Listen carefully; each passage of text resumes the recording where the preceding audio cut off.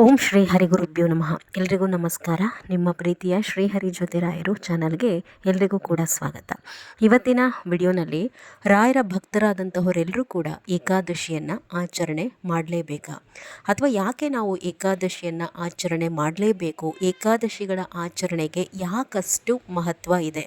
ಇವತ್ತಿಗೂ ಕೂಡ ರಾಯರು ಬೃಂದಾವನದಲ್ಲಿ ಪ್ರತಿ ಏಕಾದಶಿಯ ದಿವಸ ಒಂದು ಹನಿ ನೀರನ್ನು ಕುಡಿಯದೆ ರಾಯರು ಕೂಡ ಶ್ರೀಹರಿಯ ಹೆಸರಿನಲ್ಲಿ ಉಪವಾಸ ಇರ್ತಾರೆ ಅಂತಂದರೆ ಏಕಾದಶಿಯ ಮಹತ್ವ ಎಷ್ಟಿದೆ ಅನ್ನುವಂತಹದ್ದನ್ನು ನೀವೆಲ್ಲರೂ ಕೂಡ ಅರ್ಥ ಮಾಡ್ಕೊಳ್ಬೇಕು. ಏಕಾದಶಿಗಳ ಆಚರಣೆಗೆ ಯಾಕಷ್ಟು ಮಹತ್ವ ಅಂತ ಹೇಳಿ ನೋಡಿದಾಗ ನೋಡಿ, ಪ್ರತಿ ತಿಂಗಳಿಗೆ 2 ಏಕಾದಶಿಗಳು ನಮಗೆ ಬರುತ್ತೆ.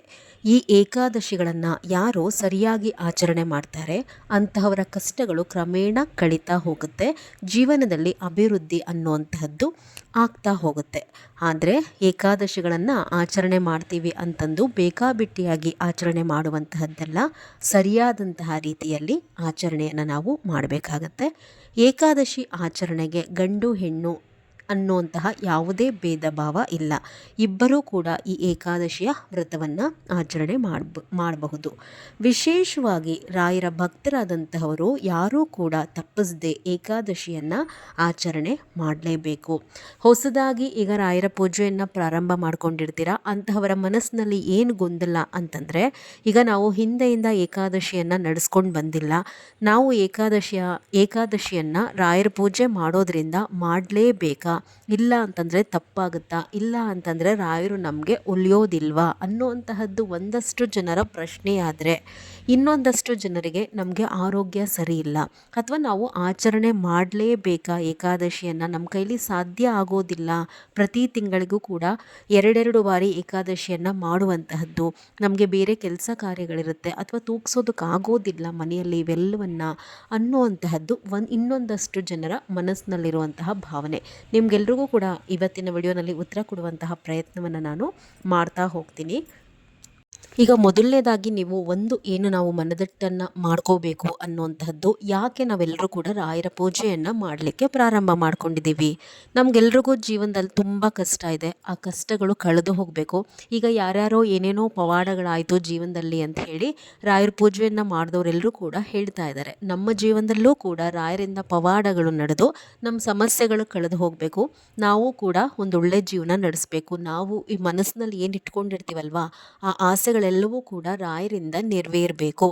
ಈ ಒಂದು ಉದ್ದೇಶಕ್ಕಾಗಿಯೇ ಬಹಳಷ್ಟು ಜನ ರಾಯರ ಪೂಜೆಯನ್ನು ಪ್ರಾರಂಭ ಮಾಡ್ಕೊಂಡಿರ್ತೀರ. ನೀವು ಇದೆಲ್ಲವನ್ನ ಕೂಡ ರಾಯರಿಂದ ಬಯಸ್ತಾ ಇದ್ದೀರಾ ಅನ್ನುವಂತಹದ್ದೇ ಆದರೆ, ರಾಯರಿಗೋಸ್ಕರ ನೀವೇನು ಮಾಡ್ತಾ ಇದ್ದೀರಾ? ಯಾಕೆ ನಿಮಗೆ ಇಷ್ಟೊಂದು ಕಷ್ಟಗಳು ಕಾಡ್ತಾ ಇದೆ? ಇನ್ನೊಂದಷ್ಟು ಜನನ ನಾವು ತಗೊಳ್ಳೋವಂತಹದ್ದಾದರೆ, ನೀವು ಈಗಾಗಲೇ ಏನೋ ರಾಯರ ಪೂಜೆಯನ್ನು ಮಾಡಿಕೊಂಡು ತುಂಬ ದಿವಸಗಳಿಂದ ಪೂಜೆಯನ್ನು ಮಾಡ್ತಾ ಇದ್ದೀರಾ, ಆದರೂ ಕೂಡ ನಿಮ್ಮ ಕಷ್ಟಗಳು ಅನ್ನುವಂತಹದ್ದು ಕಡಿಮೆ ಆಗಿಲ್ಲ. ರಾಯರ ವ್ರತಗಳನ್ನು ಮಾಡ್ತಾ ಇದ್ದೀರಾ, ಆದರೂ ಕೂಡ ನಿಮ್ಮ ಸಂಕಲ್ಪ ಈಡೇರಿಲ್ಲ. ರಾಯರ ಪೂಜೆ ಪ್ರಾರಂಭ ಮಾಡಿಕೊಂಡಾಗ ಎಷ್ಟು ಕಷ್ಟ ಇತ್ತೋ ಅಷ್ಟೇ ಕಷ್ಟ ಇವತ್ತಿಗೂ ಇದೆ, ನಮಗೇನು ಒಳ್ಳೆಯದಾಗಿಲ್ಲ, ಯಾಕೆ ನಮಗೆ ಇಷ್ಟೊಂದು ಕಷ್ಟಗಳು ಅನ್ನುವಂತಹ ಒಂದು ಭಾವನೆ ನಿಮ್ಮಲ್ಲಿದ್ದರೆ, ಪ್ರತಿಯೊಬ್ಬ ಮನುಷ್ಯನಿಗೂ ಕೂಡ ನಾವು ಈಗೇನು ತಪ್ಪು ಮಾಡದೇ ಇದ್ದರೂ ಯಾಕಿಷ್ಟು ಕಷ್ಟಗಳನ್ನ ಅನುಭವಿಸ್ತಿದ್ದೀವಿ ಅನ್ನುವಂತಹದ್ದನ್ನು ನೋಡುವಂತಹದ್ದಾದರೆ, ನಮ್ಮ ಹಿಂದಿನ ಜನ್ಮಗಳ ಪುರಾಕೃತ ಕರ್ಮ ಫಲ, ನಾವು ಏನಾಗ ಕರ್ಮಗಳನ್ನ ಮಾಡಿರ್ತೀವಿ ಅದನ್ನು ಈ ಜನ್ಮದಲ್ಲಿ ಅನುಭವಿಸ್ತಾ ಇರ್ತೀವಿ.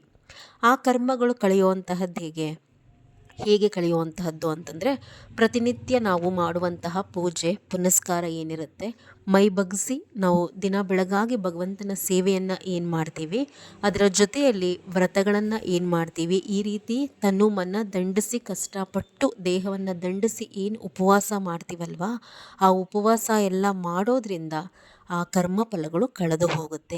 ಆಗ ನೀವೇನು ಎಕ್ಸ್ಪೆಕ್ಟ್ ಮಾಡ್ತಿರಲ್ವ, ರಾಯರಿಂದ ನಮ್ಮ ಜೀವನದಲ್ಲೂ ಕೂಡ ಪವಾಡಗಳು ನಡಿಬೇಕು ಅಂತ ಹೇಳಿ, ಆಗ ಆ ಪವಾಡಗಳು ನಡೆಯುತ್ತಾ ಹೋಗುತ್ತೆ. ಸಿಂಪಲ್ಲಾಗಿ ಒಂದು ಲಾಜಿಕ್ ಏನು ಅರ್ಥ ಮಾಡ್ಕೋಬೇಕು, ನೀವು ಎಷ್ಟು ಬೇಗ ರಾಯರ ಹರಿಯ ಸೇವೆ ಮಾಡಿ ನಿಮ್ಮ ಕರ್ಮದ ಗಂಟನ್ನು ಕರಗಿಸ್ಕೋತೀರ, ಅಷ್ಟು ಬೇಗ ನೀವು ಒಂದೊಂದೇ ಮೆಟ್ಟಿಲುಗಳು ನಿಮ್ಮ ಜೀವನದಲ್ಲಿ ಒಳ್ಳೆಯದು ಅಂತ ಏನಿರುತ್ತೆ ಅದನ್ನು ಏರ್ತಾ ಹೋಗ್ತೀರ. ಅರ್ಥ ಆಯಿತು ಅಂತ ಹೇಳಿ ಭಾವಿಸ್ತೀನಿ.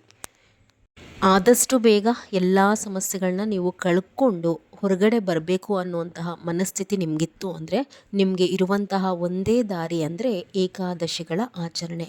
ನಿಮ್ಮ ಏನೇ ಕರ್ಮ ಫಲಗಳಿದ್ದರೂ ಕೂಡ ಅದನ್ನು ಸುಟ್ಟು ನಾಶ ಮಾಡುವಂತಹ ಶಕ್ತಿ ಏಕಾದಶಿಗೆ ಇರುತ್ತೆ.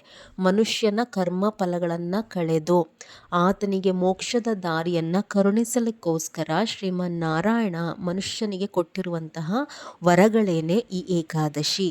ಹೀಗಾಗಿ ಎಲ್ಲರೂ ಕೂಡ ಏಕಾದಶಿಯ ದಿವಸ ಯಥಾಶಕ್ತಿ ಉಪವಾಸ ಇದ್ದು ಶ್ರೀಹರಿಯ ಪೂಜೆ, ರಾಯರ ಪೂಜೆ, ಅವರ ಸ್ಮರಣೆಯನ್ನು ಮಾಡ್ತಾ ಅವರ ಹೆಸರಿನಲ್ಲಿ ಉಪವಾಸವನ್ನು ಮಾಡಿದ್ರೆ ನಿಮ್ಮ ಕರ್ಮದ ಗಂಟು ಕಳೆದು ಪುಣ್ಯ ಅನ್ನುವಂತಹದ್ದು ನಿಮಗೆ ಸಂಚಯವಾಗ್ತಾ ಹೋಗುತ್ತೆ.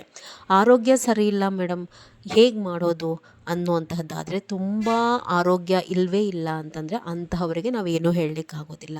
ಆದರೆ ಅಲ್ಪ ಸ್ವಲ್ಪ ಆರೋಗ್ಯ ಇದ್ದು ಮಾಡಬೇಕು ಅನ್ನುವಂತಹ ಆಸೆ ಇದ್ದರೆ 12 ಗಂಟೆವರೆಗೂ ಕೂಡ ನೀವು ಮಾಡಿದ್ರೂ ಸಾಕಾಗುತ್ತೆ. ಏಕಾದಶಿಯ ದಿವಸ 12 ಗಂಟೆವರೆಗೂ ಕೂಡ ನೀವು ಉಪವಾಸವನ್ನು ಮಾಡಿ ಬಿಟ್ಟರೂ ಸಾಕಾಗುತ್ತೆ. ಪೂರ್ತಿ ಫಲ ಸಿಗದೆ ಹೋದ್ರೂ ಕೂಡ ನಿಮಗೆ ಅಷ್ಟೋ ಇಷ್ಟ ಆದರೂ ಕೂಡ ಉಪವಾಸ ಮಾಡಿದಂತಹ ಫಲಗಳು ನಿಮಗೆ ಸಿಕ್ಕೇ ಸಿಗುತ್ತೆ. 12 ಗಂಟೆವರೆಗೂ ಮಾಡಬಹುದು, 2 ಗಂಟೆವರೆಗೂ ಮಾಡಬಹುದು, 4 ಗಂಟೆವರೆಗೂ ಕೂಡ ಇರಬಹುದು, 6 ಗಂಟೆವರೆಗೂ ಕೂಡ ಇರಬಹುದು. ನಿಮ್ಮ ಆರೋಗ್ಯ ನೋಡಿಕೊಂಡು ಇದನ್ನು ಮಾಡ್ಕೊಳ್ಳಿ. ನಾವು ಹಿಂದಿನಿಂದ ನಡೆಸ್ಕೊಂಡು ಬಂದಿಲ್ಲ ನಮ್ಮ ಮನೆಗಳಲ್ಲಿ ಅನ್ನುವಂತಹ ಯಾವ ಗೊಂದಲವೂ ಕೂಡ ಬೇಡ. ರಾಯರ ಭಕ್ತರಾದಂಥವರು ಆದಷ್ಟು ಬೇಗ ರಾಯರ ಅನುಗ್ರಹ ಹೊಂದಬೇಕು ಅಂದರೆ ಏಕಾದಶಿಗಳನ್ನು ಆಚರಣೆ ಮಾಡಲೇಬೇಕಾಗತ್ತೆ. ಇವತ್ತಿಗೂ ಕೂಡ ರಾಯರು ಉಪವಾಸವನ್ನು ಮಾಡ್ತಾರೆ ಅಂತಂದರೆ ನಿರ್ಜಲವಾದಂತಹ ಉಪವಾಸ ಈ ಇಳಿ ವಯಸ್ಸಿನಲ್ಲಿ ನಮ್ಮಿಂದ ಯಾಕೆ ಆಗೋದಿಲ್ಲ? ಇವತ್ತಿಗೆ ರಾಯರು ಏಕಾದಶಿಯ ಉಪವಾಸವನ್ನು ಆಚರಣೆ ಮಾಡಬೇಕಾದಂತಹ ಇನ್ನೂ ಏನು ಅನಿವಾರ್ಯತೆ ಇದೆ ಅನ್ನುವಂತಹದ್ದನ್ನು ನಾವು ನೋಡುವಂತಹದ್ದಾದರೆ, ಪ್ರತಿನಿತ್ಯವೂ ಕೂಡ ರಾಯರು ಕಣ್ಣು ಮುಚ್ಚಿ ಸದಾ ಶ್ರೀಹರಿಯ ಧ್ಯಾನ ತಪಸ್ಸನ್ನು ಮಾಡ್ತಾ ಇರ್ತಾರೆ. ಅವರು ಕಣ್ಬಿಟ್ಟು ಜನರನ್ನು ನೋಡುವಂತಹದ್ದು ವರ್ಷಕ್ಕೆ 2 ಬಾರಿ. ಒಂದು ರಾಯರ ಹುಟ್ಟಿದ ಹಬ್ಬ ಅಂದರೆ ರಾಯರ ವರ್ಧಂತಿಯ ದಿವಸ, ಇನ್ನೊಂದು ರಾಯರ ಆರಾಧನೆಯ ದಿವಸ. ಅದನ್ನು ಹೊರತುಪಡಿಸಿ ಉಳಿದಂತೆ ಅವರು ಕಣ್ಮುಚ್ಚಿ ಸದಾ ಶ್ರೀಹರಿಯ ಧ್ಯಾನ ತಪಸ್ಸು. ಅದರಲ್ಲಿಯೂ ವಿಶೇಷವಾಗಿ ಏಕಾದಶಿಯ ದಿವಸದಂದು ಯಾರು ಏನೇ ಸೇವೆ ಮಾಡಿದ್ರೂ ಕೂಡ ಏಕಾದಶಿಯ ದಿವಸ ಅದರ ಕಡೆಯೂ ಗಮನ ಕೊಡದಷ್ಟರ ಮಟ್ಟಕ್ಕೆ ರಾಯರು ತಪಸ್ಸಿನಲ್ಲಿ ನಿರತರಾಗಿರ್ತಾರಂತೆ. ಹಾಗಾಗಿನೇ ಏಕಾದಶಿಯ ದಿವಸ ನಾವು ಮಠಕ್ಕೆ ಹೋದಾಗ ತುಂಬ ಪ್ರದಕ್ಷಿಣೆಯನ್ನು ಹಾಕಬಾರ್ದು. ಅಂದರೆ ಅದ್ರಲ್ಲಿ ರಾಯರಿಗೆ ಲೆಕ್ಕಕ್ಕೆ ಸಿಗೋದೇ ಇಲ್ಲ ಅವತ್ತಿನ ದಿವಸ. ಅಂದರೆ ಅಷ್ಟು ಅವರು ತಪಸ್ಸಿನಲ್ಲಿ ನಿರತರಾಗಿರ್ತಾರೆ. ಏಕ ಪ್ರದಕ್ಷಿಣೆ ಮಾತ್ರ ಅವತ್ತಿನ ದಿವಸ, ಅಂದರೆ ಒಂದೇ ಪ್ರದಕ್ಷಿಣೆಯನ್ನು ನಾವು ಅವತ್ತಿನ ದಿವಸ ಅರ್ಪಣೆ ಮಾಡಬೇಕು ಅನ್ನುವಂತಹದ್ದು ಕೂಡ ಇದೆ. ರಾಯರು ತಪಸ್ಸು ಮಾಡಿ ಅವರ ಸ್ವಹಿತಕ್ಕೋಸ್ಕರ ರಾಯರು ತಪಸ್ಸು ಮಾಡೋದಿಲ್ಲ. ರಾಯರು ತಪಸ್ಸು ಮಾಡಿ ಅವರಲ್ಲಿ ಒಂದು ಶಕ್ತಿ ಸಂಚಯನವಾಗುತ್ತಲ್ವ, ಆ ಪುಣ್ಯ ಫಲವನ್ನೆಲ್ಲ ಏನು ಮಾಡ್ತಾರೆ ಅಂತಂದರೆ, ಶ್ರೀಹರಿಯಿಂದ ಅವರು ಏನು ಪುಣ್ಯ ಸಂಪಾದನೆ ಮಾಡ್ಕೋತಾರಲ್ವ ತಪಸ್ಸು ಮಾಡಿ, ಅದೆಲ್ಲವನ್ನ ಕೂಡ ನಾವು ಯಾರೆಲ್ಲ ಬಳಿ ಹೋಗ್ತಾರಲ್ವ ಎಲ್ಲವನ್ನ ಕೂಡ ರಾಯರು ನಮಗೇನೆ ದಯಪಾಲಿಸ್ತಾರೆ. ಅಂತಹದ್ರಲ್ಲಿ ನಮ್ಮ ಒಳ್ಳೆಯದಕ್ಕೋಸ್ಕರ ನಾವು ಏಕಾದಶಿಯ ಉಪವಾಸವನ್ನು ಮಾಡುವಂತಹದ್ದು ದೊಡ್ಡದೇನಲ್ಲ. ಮನಸ್ಸಿದ್ದರೆ ಮಾರ್ಗ ಪ್ರಾರಂಭದಲ್ಲಿ ಕಷ್ಟವಾಗುತ್ತೆ, ಆಮೇಲೆ ಅಭ್ಯಾಸವಾಗ್ತಾ ಹೋಗುತ್ತೆ. ಹಾಲು ಹಣ್ಣು ನೀರು ತೆಗೆದುಕೊಳ್ಬಹುದು, ಅದಕ್ಕೇನು ಅಡ್ಡಿ ಇರೋದಿಲ್ಲ. ಅಷ್ಟನ್ನು ಸ್ವೀಕಾರ ಮಾಡಿ ಒಬ್ಬ ಮನುಷ್ಯ ಒಂದು ದಿವಸ ಕಳೆಯುವಂತಹದ್ದು ಯಾವ ದೊಡ್ಡದ್ದು ಕೂಡ ಅಲ್ಲ. ಅರ್ಥ ಮಾಡಿಕೊಂಡು ನಡೆಯುತ್ತಾ ಹೋದಾಗ ರಾಯರ ಪ್ರೀತಿ ಅನುಗ್ರಹ ಹೆಚ್ಚಿನದಾಗಿ ಸಂಪಾದನೆ ಆಗುತ್ತೆ. ಎಲ್ರಿಗೂ ಕೂಡ ಇವತ್ತಿನ ಮಾಹಿತಿ ಇಷ್ಟ ಆಗಿದೆ ಅಂತ ಹೇಳಿ ಭಾವಿಸ್ತೀನಿ. ಈ ವಿಡಿಯೋ ಮುಗಿಸ್ತಾ ಇದ್ದೀನಿ. ಮುಂದಿನ ವಿಡಿಯೋ ಒಟ್ಟಿಗೆ ಸಿಗ್ತೀನಿ. ಹೊಸಬರಾದರೆ ಸಬ್ಸ್ಕ್ರೈಬ್ ಮಾಡ್ಕೊಳ್ಳಿ ಚಾನಲ್ಗೆ. ಎಲ್ರಿಗೂ ನಮಸ್ಕಾರ.